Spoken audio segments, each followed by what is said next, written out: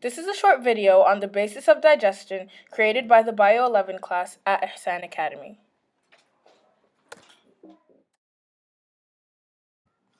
Stage 1. Ingestion. Ingestion is the consummation of food, also known as eating. Ingestion is the first stage out of the 4 stages of digestion. Stage 2. Digestion.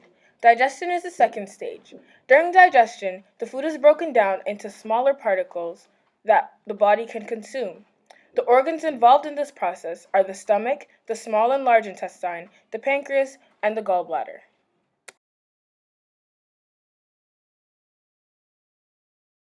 Stage 3. Absorption. Absorption is the transport of nutrients to the different tissues of the body. The stomach takes in the specific vitamins and alcohol, while the large intestine takes in any additional vitamins and water. Most absorption takes place in the small intestine.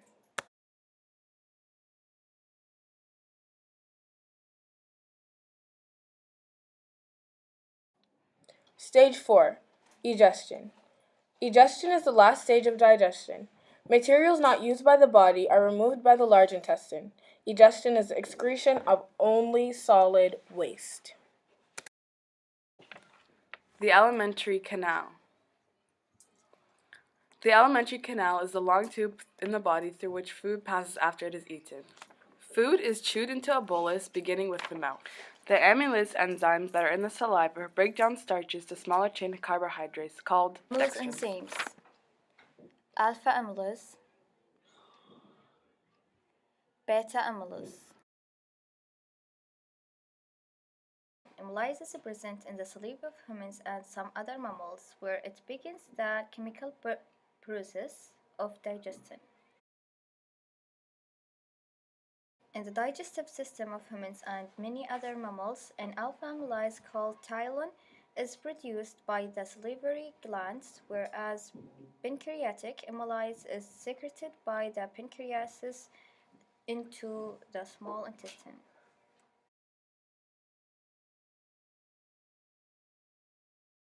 Alpha amylase is an enzyme which aids in the breakdown of starch to maltose.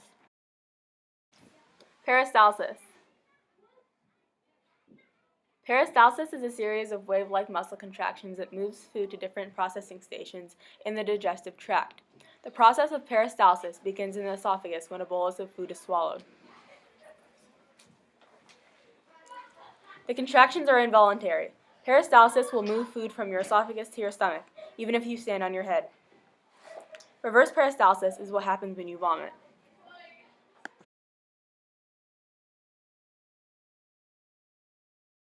The stomach.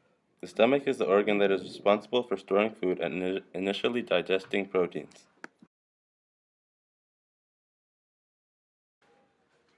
Sphincter muscles. The cardiac sphincter located at the top of the stomach is responsible for allowing food in and out of the stomach. The sphincter muscles regulate the movement of food in and out of the stomach.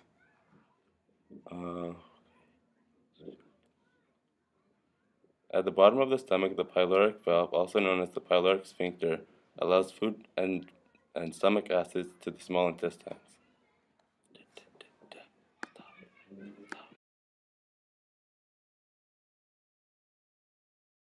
Secretory cells. Millions of secretory cells line the stomach to aid in the process of digestion. The stomach contains different types of secretory cells, each with their own purpose. Mucous cells secrete protective coating. Parietal cells secrete hydrochloric acid, and peptic cells secrete pepsin. Pepsin is an enzyme that breaks down proteins into smaller peptides. Pepsin is one of the main digestive enzymes in the digestive system.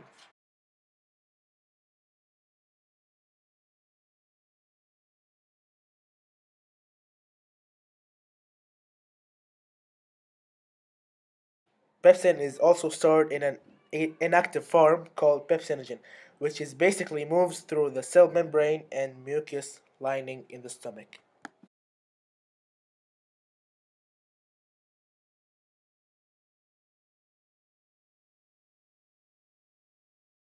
Like most proteins, the geometry of pepsinogen is altered in an acidic environment.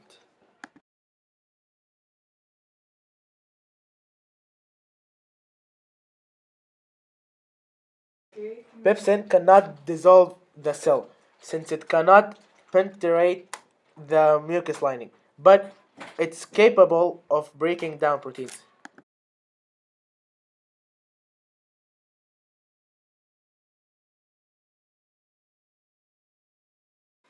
The small intestine.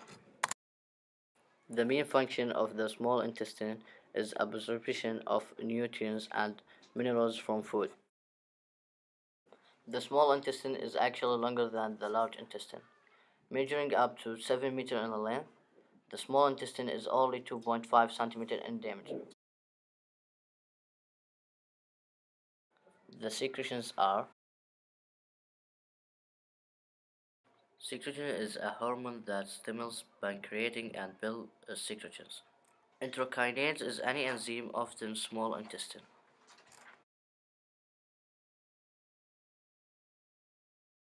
Trypsin is a protein digestion enzyme. Lipsins are lipid digestion enzymes.